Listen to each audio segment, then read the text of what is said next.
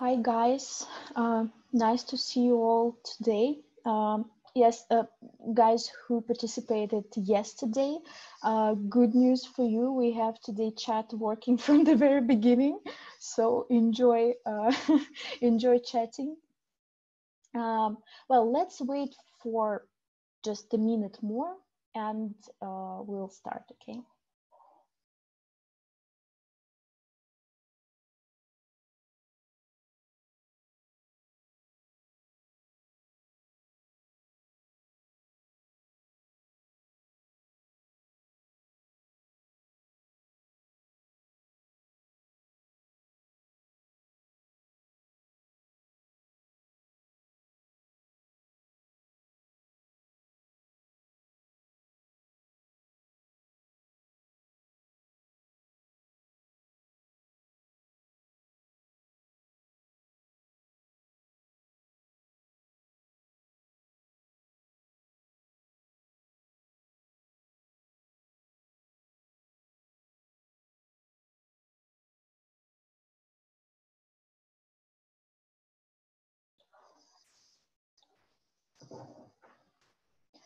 Okay, so let's start, guys. Thank you for joining and welcome to our second session in our IT marathon.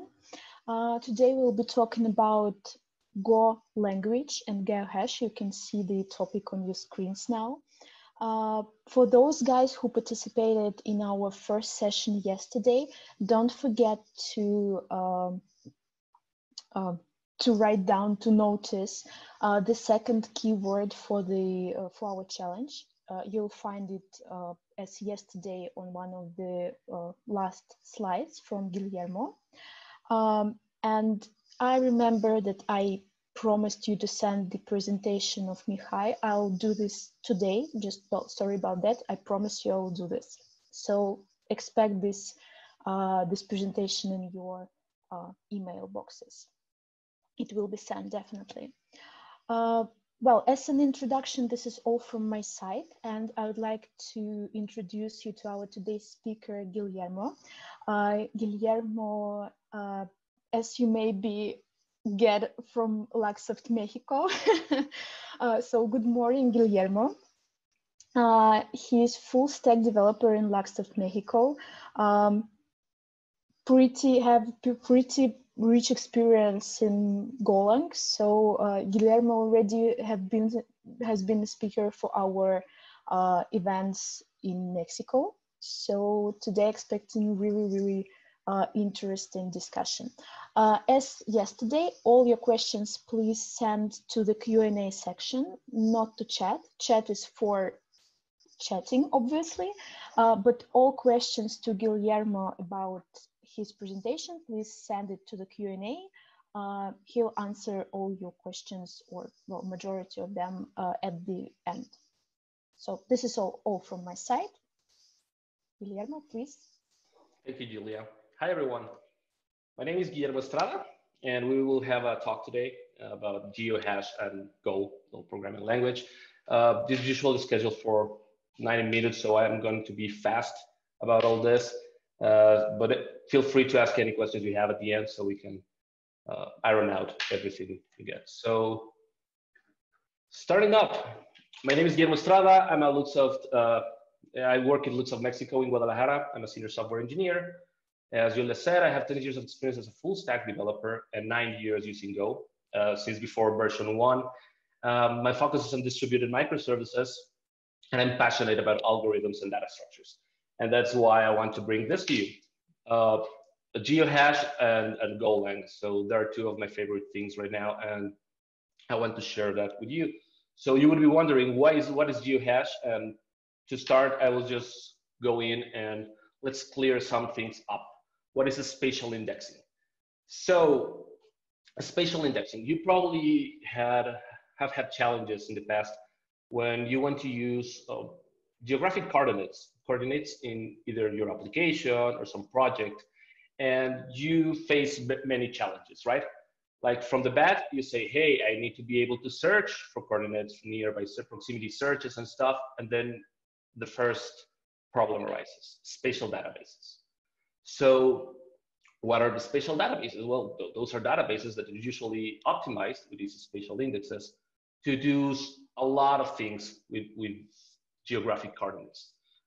Taking special measurements about distance, computing line lengths, polygon area, the distance between geometries, special predicates, which modify the special predicates allows true or false queries about special relationships, like if two geometries intersect or overlap, stuff like that.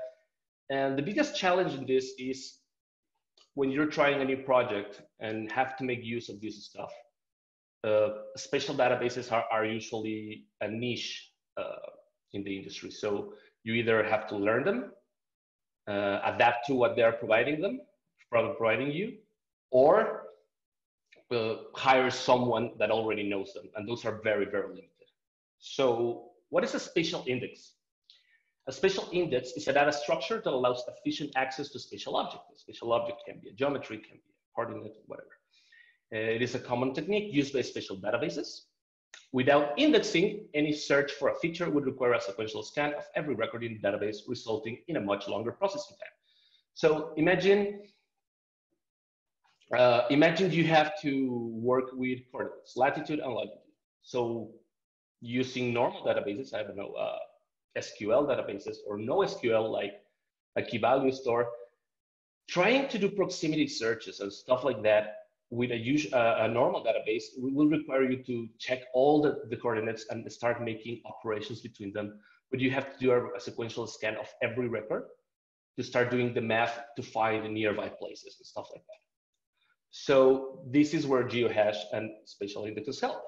They provide us with the means to do efficient access to a spatial object. In this case, locations, right?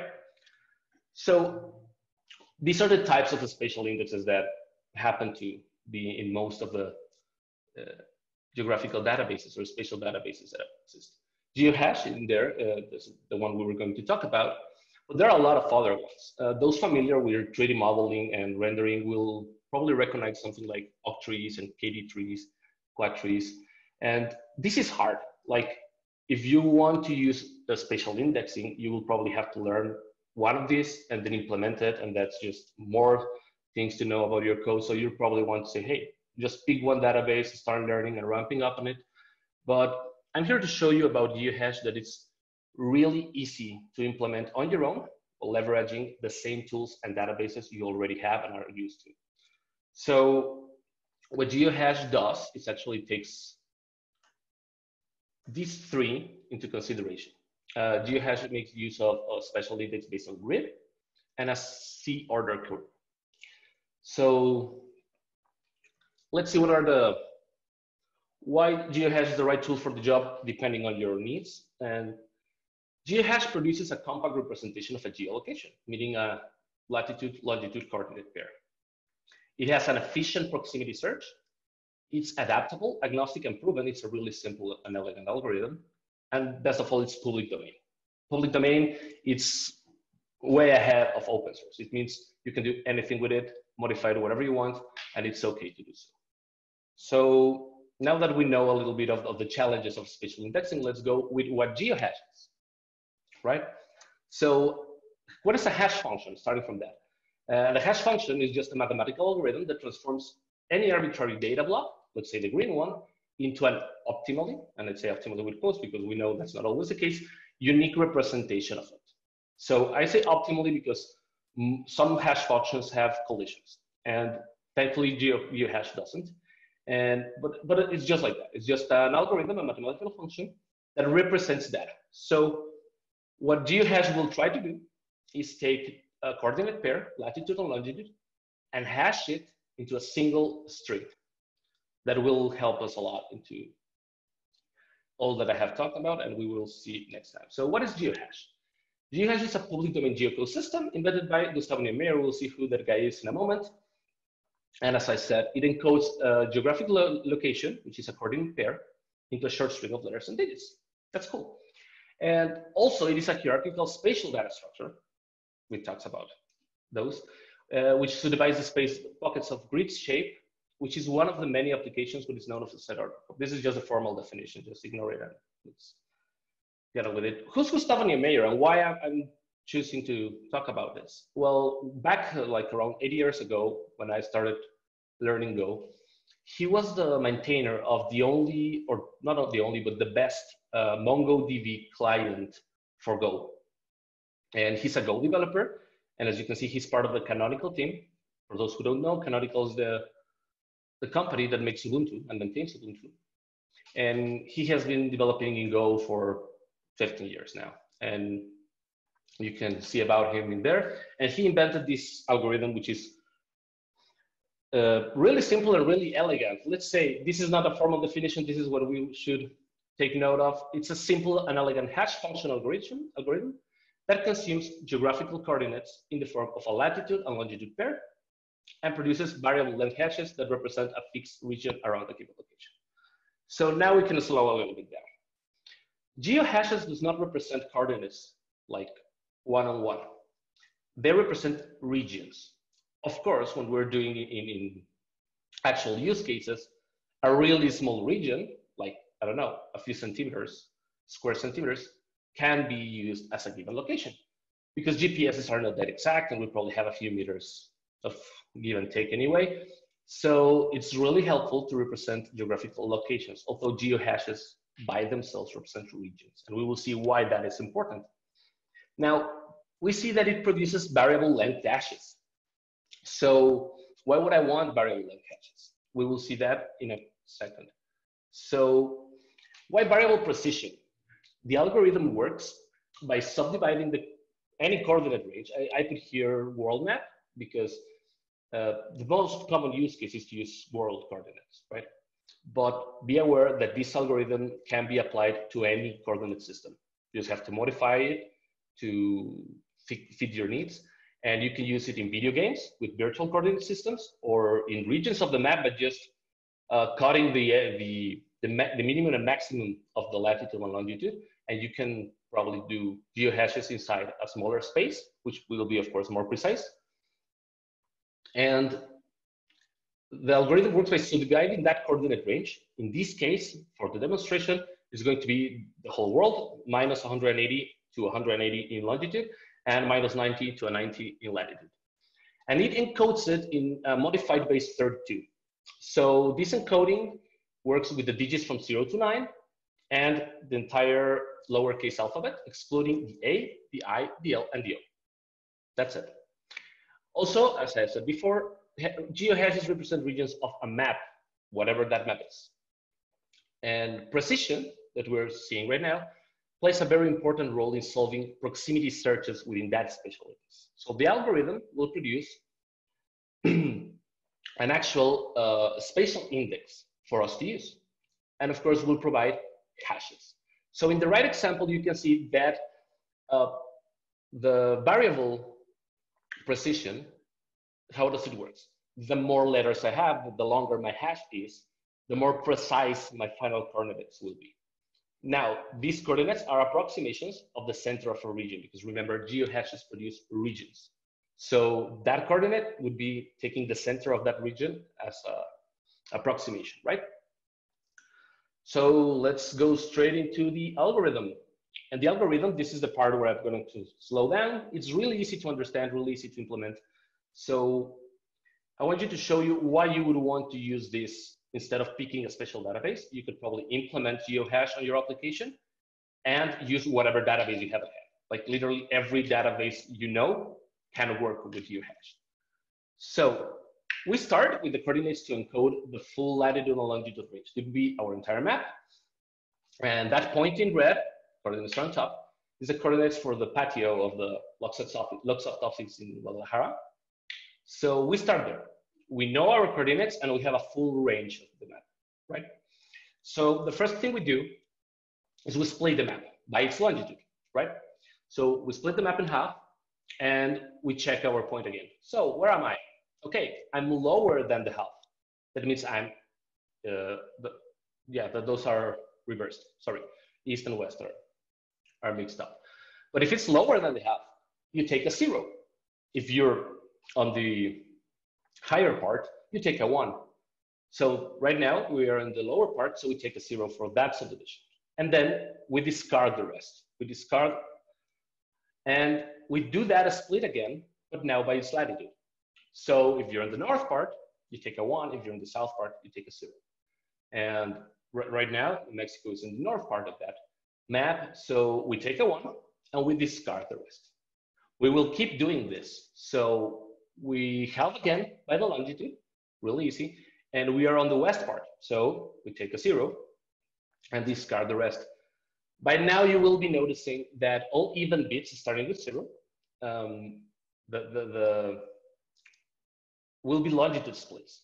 So whenever you split by longitude, that an even bit will represent longitude splits. And if we do that again by latitude, you will know that all odd bits will represent latitude splits. So that's easy to know, so that you know why sometimes we get rectangles and sometimes we get squares. So right now, if we split by latitude on an odd bit, we will get a rectangle, because of course our planet is a big rectangle, as you see from the original map. So the first split will give us a square, and then a rectangle, and then a square, and then a rectangle. So we keep doing this at least for 5 times. So we add once more by latitude, and one last time by longitude to get 5 bits. Why 5 bits are important? Well, each iteration toggles between latitude and longitude to keep track of future iterations. It means that the next iteration, if we decide to do it, we will start with latitude instead of longitude, because we have to keep track of our divisions. So why 5 bits? Because as I said before, GeoHash encodes coordinates into a base 32 string. So after 5 iterations, we get 5 bits, and 5 bits is what is needed to make a base 32 encoding. So we encode the resulting binary string into a character, and then we add that to our GeoHash. So our first character would be a 9, because that's where that point lies into that region. And as you can see, that 9 represents all that region, which is almost my entire country. So, and a lot of ocean. So we will continue to do so, and we will get smaller and smaller and smaller and smaller regions each time until we get the precision we want to use. So you will, as it says here, notice latitude splits result in square regions and latitude splits result in rectangular regions. Okay, so at 5 bits we get that. If we continue to do the algorithm more and more and more until we're comfortable with the result, each 5 iterations will produce an extra character, and of course increase precision, because the region will be smaller. So that's 7 precision, and 7 precision approximately is represent those coordinates. So we will see right now how much precision affects the actual size of the region, right? So with length 7, that region can be at most 153 meters of wide and height. The width is relative, because you will know that on our planet, when we go north or south, on each latitude, different latitude, our width of the cell will be smaller, because of course our planet will get smaller and smaller to the poles. And that's why it says that measurement or less than that. So we cannot fix that, unfortunately. That's how our world works. And when we do map representations of our planet, they tend to be skewed because of the shape of our planet. But you can get a nice idea that with length 9 of precision, you will be getting a square of about 5 meters by 5 meters, which is really precise for a GPS today, because you won't need more in actual use cases. Unless you want to do 10 or 11, which is in the millimeter range, and that's just as precise as it goes. The maximum usually goes up to 12, because 12 characters are 60 bits, so you will still can fit it into a 64-bit interview if you wanted to. As I mentioned, this is just the original algorithm. There are many variations in this, and one of them is to just encode directly 64 times and encode it into an integer. That makes it more efficient in space, and of course gives you 64 levels of prefixes that we will see right now. So why would I want to use GeoHash in my application or for representing the geographic coordinates? Well, these are the points. First one is that GeoHash is language agnostic and has a very simple implementation. We just saw the algorithm at work, and it's really simple to implement in any language. Like you can even do it in embedded systems, IoT, assembler if you want to, but of course it's way easier on languages that have bitwise manipulation, but you can do it in the scripting languages as well, like JavaScript, Python, Ruby, whatever. It has a small size and an efficient algorithm. So the complexity of the algorithm is your OM or OP, where P is the precision you want to go. Like, and you cannot go past 12. So the algorithm is really, really, really fast. And of course, the representation is also small. We have a few bytes, between 9, 10 bytes to represent what will usually took us 16 bytes. For example, if we were using 2 doubles to represent a location coordinate. Then spatial indexing and proximity searches. We will look at this next. This is a real interesting part of about why we would use GeoHash. But it provides us with a spatial index and proximity searches out of the box just by doing what we just did. It's easy to modify, adapt, and share. The original idea that Gustavo had when he created the algorithm is so that we can take geographic coordinates and locations and share them in chats, tweets, stuff like that. So that we would use GeoHash and we will just paste our GeoHash and people will know where we are and hey, there's a great place here, and we'll just paste a few letters and numbers. That was the original intention, but there are 100 other ways we can use them, especially because we will see how these work with nearby places. And we will see a little bit where these places lie in the demo in a bit. But as you see, GeoHashes represent regions. And of course, after doing our spatial indexing algorithm, we can see that nearby places have common prefixes. So the first one, the Lux of Guadalajara office, crossing the street from that is Philip Morris, Cigarette, you know, the cigar makers. And that's crossing the street, about 500 meters. And you see they share 6 characters as a prefix. So they must be pretty close, right? So the UNIVA, which is a university, it's a little bit north, like 2 kilometers, 5 minutes by car, shares only 5 places, 5 common prefix characters. So you know it's close, but it's a little bit farther away. And the Estadio Akron, it's a football stadium, which is 15 minutes away, like 7, 8 kilometers away. La Minerva is also 6 to 7 kilometers away. They share 4 spaces. So you know where this is going. Of course, the Cathedral, the airport, and Chapala is 40 minutes away. They only share 3. This means you can do proximity searches by just doing a prefix search on the key. So now, if you were to store geographic coordinates, you will have to do a lot of math in order to determine which places are nearby each other. But by doing GeoHash and just doing the algorithm that you saw, you now have proximity searches by doing just a prefix search on your database. So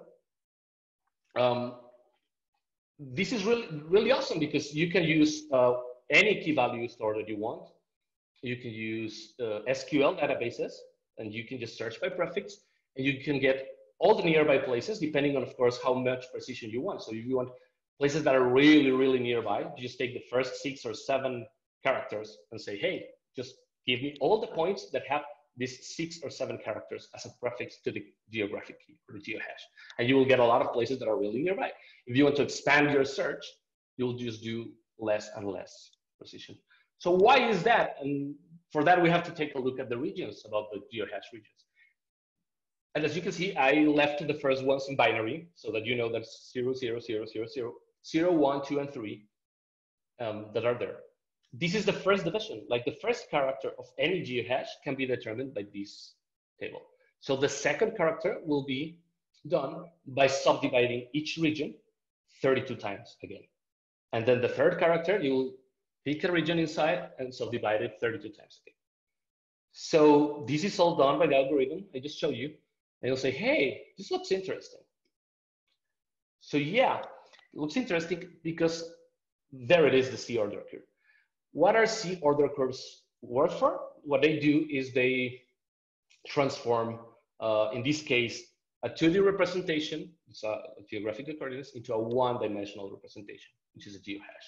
Of course, C order curves can transform 3D stuff into one dimension and stuff like that. But there's, as you can see, there are the C's drawn into the map, and that's the order they follow by a bitwise. So that's one of the uses they do, and GeoHash actually use. So you will say, hey, GeoHash looks interesting.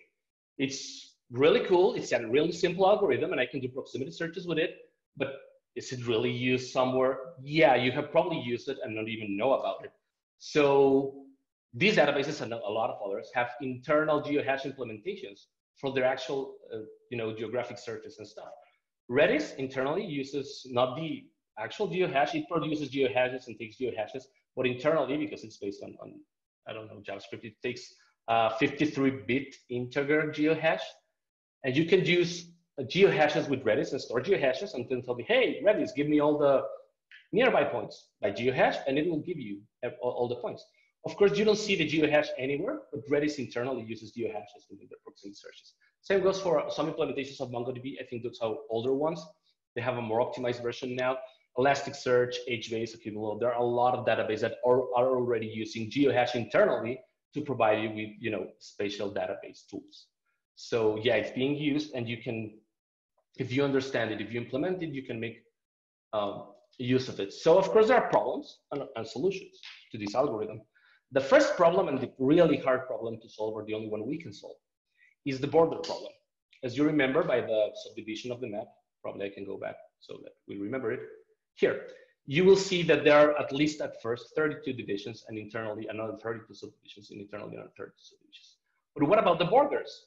In the borders, like here, the GeoHash can change drastically for really nearby places when they lie within the proximity of the border. So for example, Celestún and Mérida are two cities, well, in Mexico that are 60 kilometers apart. And as you can see, they have very different GeoHashes, or completely different GeoHashes.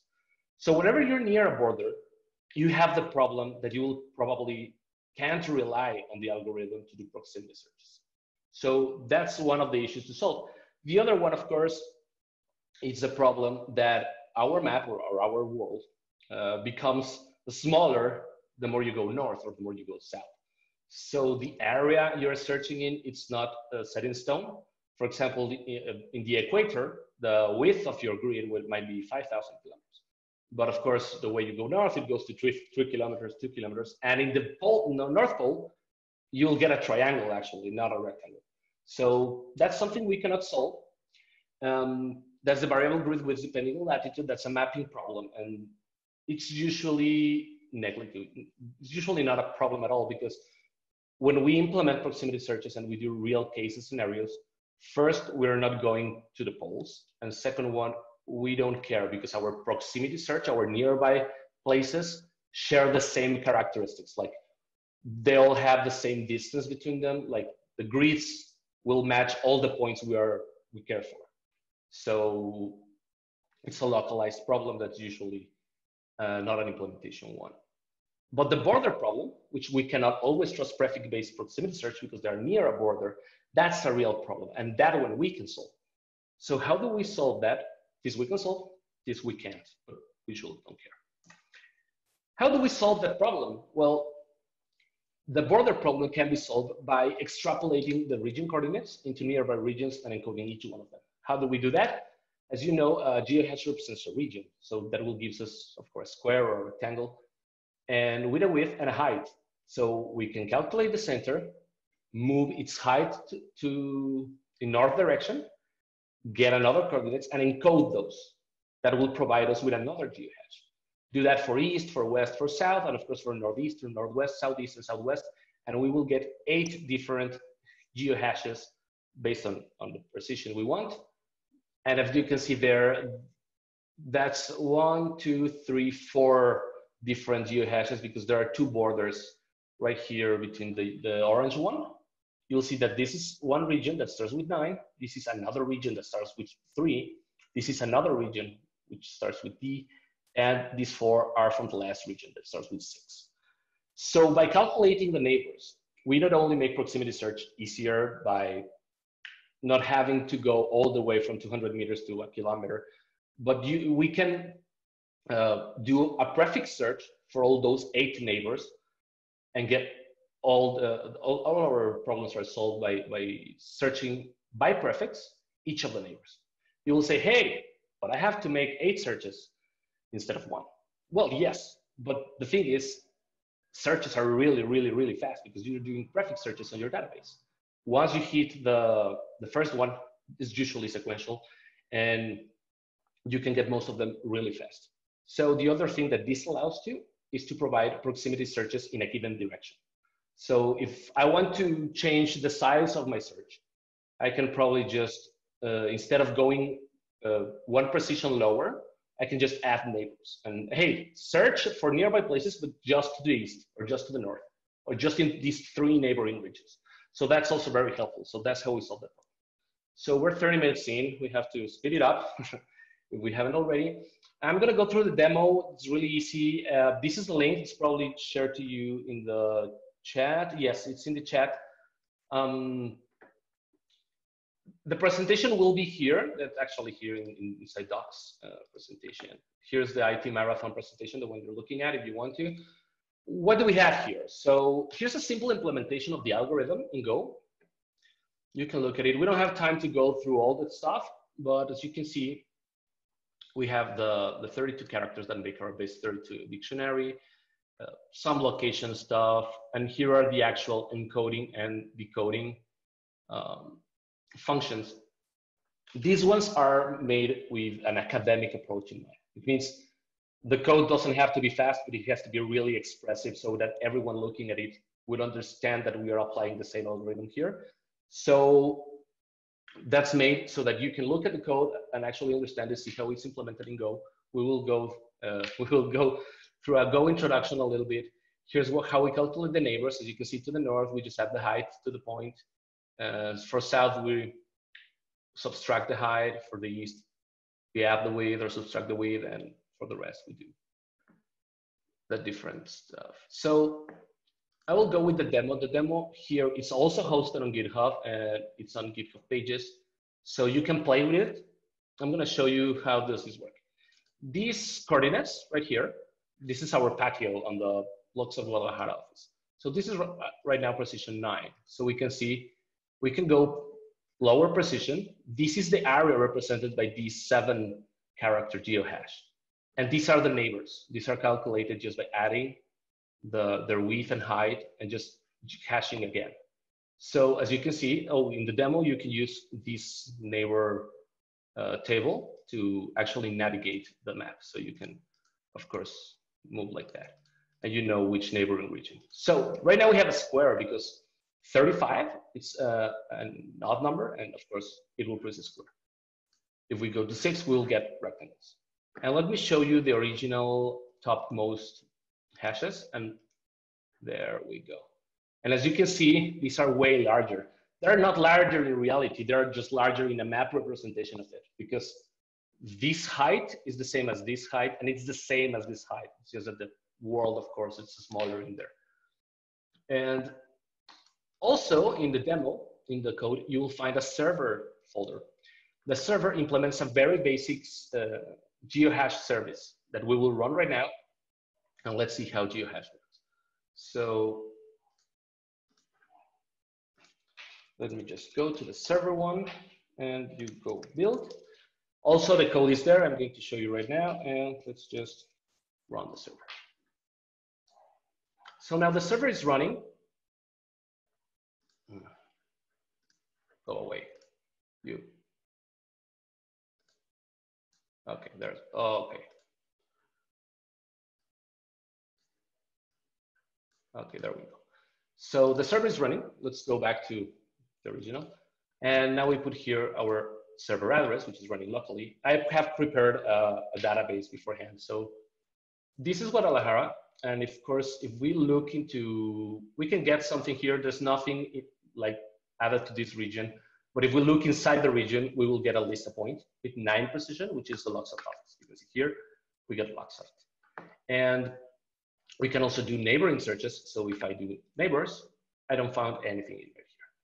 But if we move through here, here is Philip Morris. So there's nothing inside the region. But if I look for neighbors, it will tell me that from this region, in this proximity search, Luxoft is at the southeast and Philip Morris is at the northwest. So you can see those 2 points displayed in the map. Of course, my database has already these points in there. You can actually put a point by just clicking on it, just pick your position like that. This is a Sam's Club, so right here, Sam's Club, it's a store, and I do post, and now I'll have the Sam's Club added to my database, so that if I do region search, I'll find the Sam's Club, and if I'm here and it's neighbor search, I will find it to the southeast of my region. Right? So that's how it works. You can play with it a lot, but let's see how does it work here. This is a very large area. The diagonal here, it says diagonal 6.69, 6.7 kilometers, is the diagonal of this region, right? So this is a 6.7 kilometer distance. If we search by region, we will find all these places and we will look at them. This is the office. No, that's the Sam's. This is the office here. This is Philip Morris. This is Brisket House, a good place of barbecue we go sometimes. This is a Majestic. This is a casino. And if we do some neighbor search, we will get all our other points that I have there. Like, you know, remember I put the Akron Stadium. Here's the Akron Stadium, and it's gonna be shown that it's to the northwest. We have the Akron Stadium. So searching for all this through all Guadalajara is really fast. As you can say, in Go, the human latency is 54 microseconds. That's extremely fast. I'm using an embedded database called VoltDB, which is a key value embedded database in Go. And that's really fast and is used in production in things like Shopify and stuff like that. So if we go a little more to the top, you can continue playing. Let's go to precision 2, just to show you the speed of this. And let's do a region search. We will get all those points, and a neighbor search, and we'll get all these points. And you will see where in the map they are. There are a lot of points, and that's 73 microseconds. So of course, I invite you to keep playing. We're at 39-minute mark. I invite you to keep playing with GeoHash and with the app. Of course, download it first, clone the repo, run your own server in your local machine. It's really easy. You just do go build, and then run the executable. There are lots of points that are actually not shown if you zoom out, but there are a lot of points here that take this representation, like, you know, landmarks. This is the U.S. consulate. This is the Niños Héroes, the roundabout, and here's the La Minerva, which is a really, those who have visited Guadalajara will notice that. There's the Chapalita stuff. So play with it. In the repository, you can also find the server. Here's the database file that has the code by using VoltDB. It's a really, really simple key value store. And what I'm doing is using the geohashes as keys. And you will find this function that says get all by prefix. So I will just add a geohash with whatever length I want, because I want to do proximity searches. And it will iterate, it will seek in my database, because those are byte sequence orders. And of course, will give me everything that has that prefix. So I can do proximity searches really easy. As you can see, the entire database code is just 80 lines of code. Go is really easy to get into. And the server one, it's a little bit more complex, but nothing to worry about. I'm using Echo, which is a server framework, which is really easy to understand and to go through it. This has graceful shutdown, stuff like that that you might be interested in. So let's go back to the presentation, because we have very little time left. And let's go an introduction about Go and Go language. So what is Go? This is from their website. It's not my opinion, but Go is an open source programming language that makes it easy to build simple, reliable, and efficient software. I totally agree with that, but that's what they have to do into their website. And I want to go with you why you should go and learn Go, or why you would want to use Go. So I have 4 really, really strong points for it. First is open source, and it's backed up by the industry. What does that mean? It was created by some engineers at Google that now develop their full time into the language. Rolf Pike and Ken Thompson, those are really, really important guys in the compiler and language stuff. But it's also used in production by the largest companies in the world, like Amazon, Netflix, PayPal, Google, Uber, Twitter, Dropbox, you name it, there are hundreds of them. Most importantly for me, it's heavily used in cloud native compute foundation projects. One of those being Kubernetes. And have you heard of Docker? Well, Docker is written in Go. Stuff like OPA and Linkerd, etcd, things you use daily when you work with cloud computing and pods and Kubernetes and stuff, it's mostly written in Go. So you probably use it without knowing it. And that's a great thing that it's going to be used for a long time, because Docker and Kubernetes will be used for the foreseeable future, at least 10 years, and it will continue to evolve. And all those are written with Go, and the ecosystem by the Cloud Native Compute Foundation has a lot of Go projects. So you cannot go wrong with Go. The second one is that it's fast, but not only it's fast when you run it, it's really fast to learn. The learning curve in Go is one of the simplest I've seen in any language.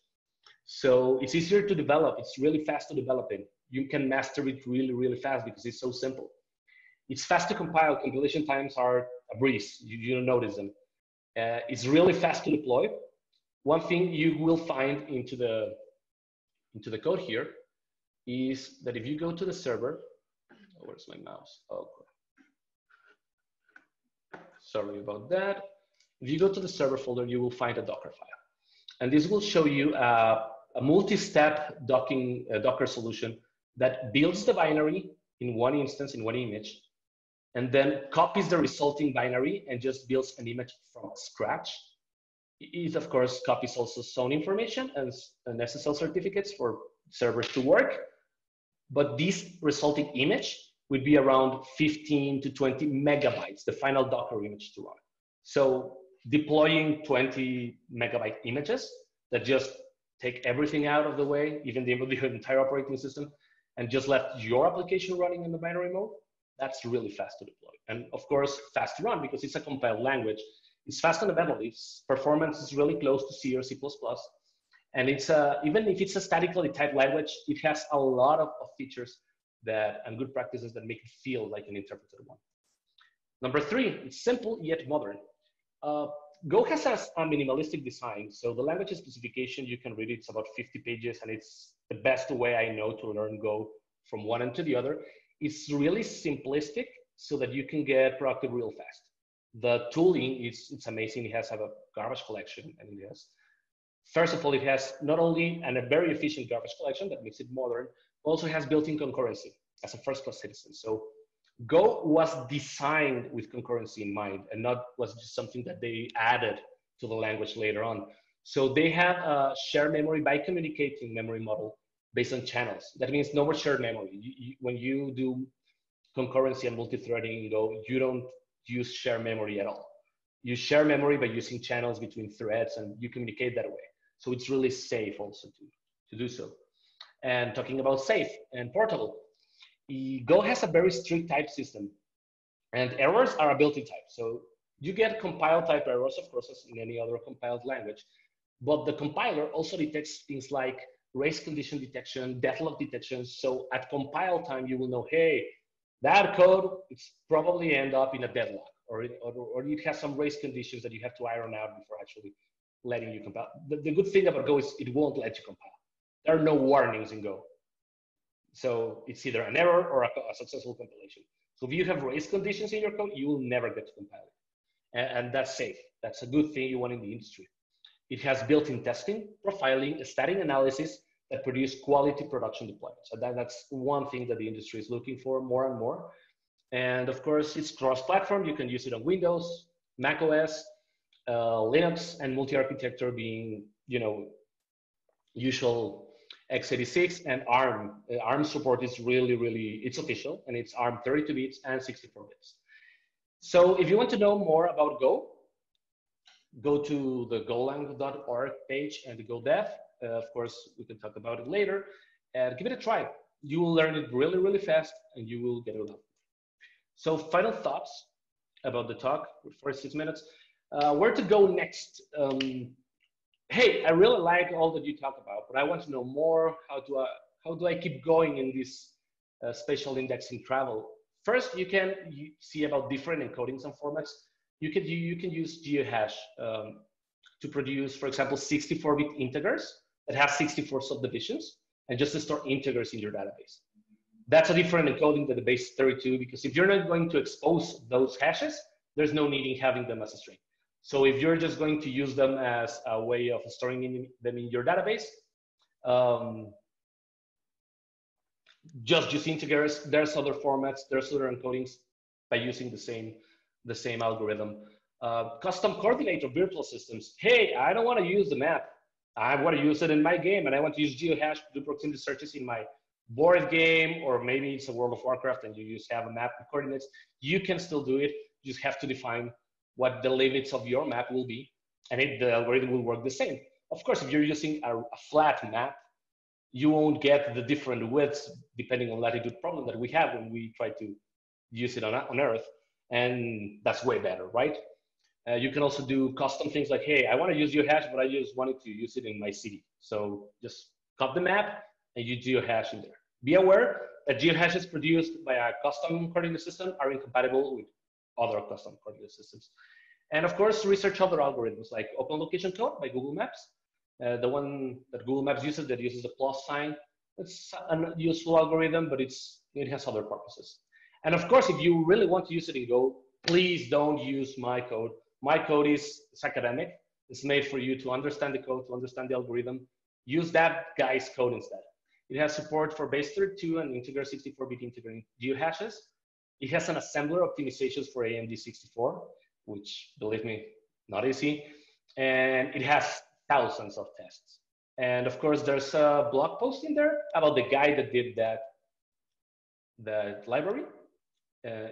You know, lessons in absurd optimization. Never optimize something like that in assembler, or you can actually write assembler with Go. And he was able to reach in I think a Core i5 or Core i7 machine about 800 million GeoHashes per second. So that will show you about how fast the algorithm is, which is really, really impressive. And I think that's 48, and that's it for today. So there's a challenge keyword, and I'm up for questions. Would you like me to read them? Yes, because I don't see, I can't open the Q&A for some reason. Maybe let me try to. It's above the monitor, but still I can read them if you want me to. Let me try to, oh, here's a Q&A, okay. Yeah, it is there. Well, we still have. You want me to go through all of them? We still have like a little bit more than 10 minutes. So pick the most, well, interesting you'd like to answer. Okay, so we're on the Q&A. This is for everyone to see the keyword. If you want to follow up after this, there's my email. So let me just check the Q&A. So what is a spatial database? So spatial databases are databases that are actually built to use geographical coordinates and geographical systems.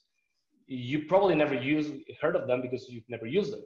But there are databases like PostGIS and stuff like that that use other database systems, but are optimized and are built to be able to do all the operations we talked in the beginning. How to represent non-square objects like polygons in GeoHash? Oh, that's really interesting. There are very different ways. One of them is using a space filling algorithm by using GeoHash regions, so that you will use big regions to try to use the most space. And then you will get, of course, places where you have to represent. So use smaller and smaller and smaller and smaller regions until you cover the entire polygon. And that's being done. I think in the issues in the McLaughlin's GeoHash library, you will find some links to Raptor, I think is one. And there are a few other libraries that make use of GeoHash to represent entire polygons and geofencing and stuff like that. Are the encode decode functions of geolocation dependent on the particular projection, not on the projection itself, but on the map itself. So if you're using the entire latitude and longitude range, it doesn't matter which projection you are using, because latitude and longitude doesn't change with the projection. They are just set in stone. Then what if one looks for a circular area instead of squares to compare neighbor points? That's also useful. What you will do usually is, if you're, depending on your application, of course, but if you had 1,000 points, you will never retrieve 1,000 from the database. You'll retrieve a few, and the moment you keep zooming, so that's how Google Maps do it. You look at a map, you will get 20, 25 points. If you zoom in, they will get you more and more and more. You will never get them 1,000,000 points if you have them in the database. So using a circle is good, but it's never the use case you want to do when you're in real in production. Just want to take a few bunch of points and put them in there. Writing code functions, yeah. How fast are hashes compared to comparing to let alone directly? The thing about hashes is not how fast they are into comparison. The thing about hashes is that you don't have to check them all. Like if you check the prefix and the prefix does not match, you're done with that point. And if you're doing lat long coordinates directly, you really have to do the math through all of them. So if you have a million points and you want to know which ones are closer to a single one, you have to do the math a million times, like the distance math. So that's why you need a spatial indexing. So if you're using geohashes, you just hash it once and then just do a prefix search. And a prefix search is magnitudes of time faster than doing the distance math on the database. And if you're using a key value store like mine, which is of course sequentially or byte order, doing prefix searches is really easy because you just scan, go to the first one, and from there, you know all your points are going to be below that. So it's really, really fast to do that. Jose Altamirano, what's the difference between the technology that you suggest, GeoHashes versus GeoServer? I'm not familiar with GeoServer. So the GeoServer implementation I have in Go, it's actually a server that uses GeoHashes.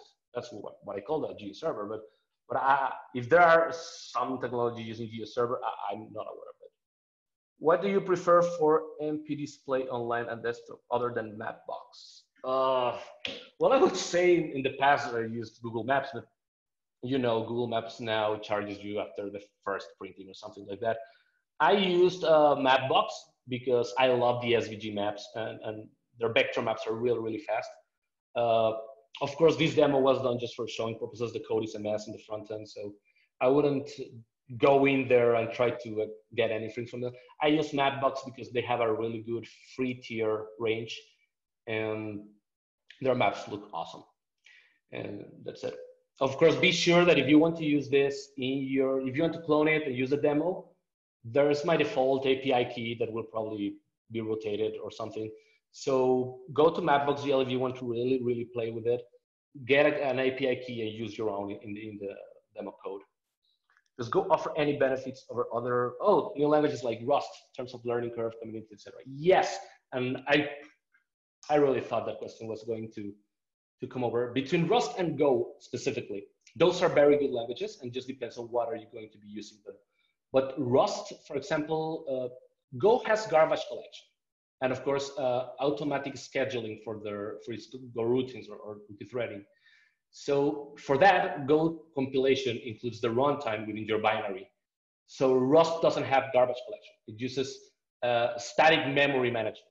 That means you don't have to worry that much about the memory, but you have to be really aware of it in the terms of safety, memory safety. So that's why Rust is simpler in the terms of the design, but the language itself, because of that, it's harder to learn, harder to understand.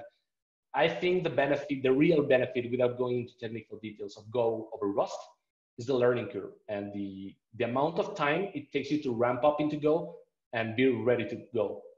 For example, Java developers, C# developers will grab Go and in 2 weeks they will feel really comfortable and be pushing code into repositories within a month because it's really fast to get in there.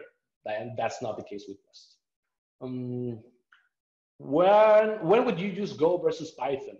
When you really have a little more time than, make a script. Python is an interpreted language and it's not statically typed. So first of all, I would just Go whenever type safety is a must. Like you can mess up with any other interpreted language about, type safety. There's TypeScript right now, which actually helps a little bit with that because it's not enforced. And with Go, type safety is very, very strict. Like you cannot compile code if you have a type safety warning or error. There are no warnings in Go, they're just errors. So your code will never compile until you fix them. Like for example, there are very good practices in Go that make your code and your life as a developer easier. For example, on use variables, they're not a warning, they're an error. So you cannot compile your code if you have unused variables, stuff like that. And just as Python, that helps you write code in an indented manner that it's really easy to read, Go goes along the way. Like Go, there's a tool called Go Format included in the compiler that actually formats the code every time so that you don't have to worry about style guidelines. Just write your code and whatever Go format outputs, that would be the style guideline for all Go developers. I would use Go versus Python. What I need, of course, power. Performance of Go versus Python is out of the charts. It's more than 10 times faster than Python. So that would be one of them. Is there a way to find intersection of objects using only GeoHash? Well, yes and no, because objects, depends on what you call objects, but GeoHash does not represent points. That's something that's good and bad. And as GeoHashes represent regions, so those are boxes, you can actually find intersection of boxes only by using the GeoHashes, because when I say points and when I pick a point, it's just the center of the region that GeoHash represents.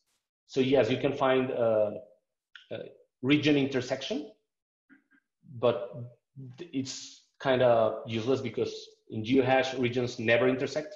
So you have regions inside regions, but they will be perfect fit. They never intersect. So you can do the math, but it won't help. So if you want objects like different polygons based on a lot of GeoHashes, well, yes, intersection is real easy because you have to check by prefix. And if you know, if one point has the same prefix as the big region, the point inside the region, there's no other way. So it's really easy to do that kind of intersection, if that's what you're talking about. And that's all the answers, all the questions. Yeah, looks like you answered all of them. So guys, I would like you to stay online one more minute and fill out the poll, which is similar one to the one I've shown you yesterday. So while you are answering these questions, you can see the next talk, which will happen tomorrow. It will be dedicated to data storage solutions in Azure. I hope you're excited about this talk as well, because the topic is really, well, broad, and the speaker, Wojciech, will bring a lot of technical details there.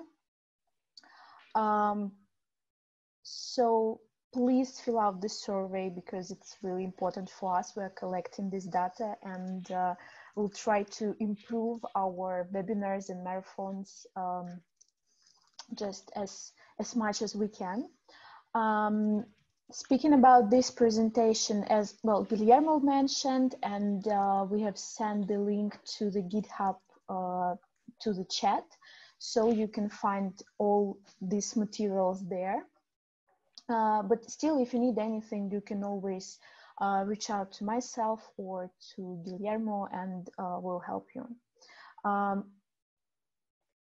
Yeah, just a quick note, if you're raising hands in the webinar, it means that you're ready to speak and you want to be unmuted and talk to us. Well, that's why just, yeah, be aware of it. That's pretty it from my side, guys. Thank you for joining. Hope to see you tomorrow. The word is there.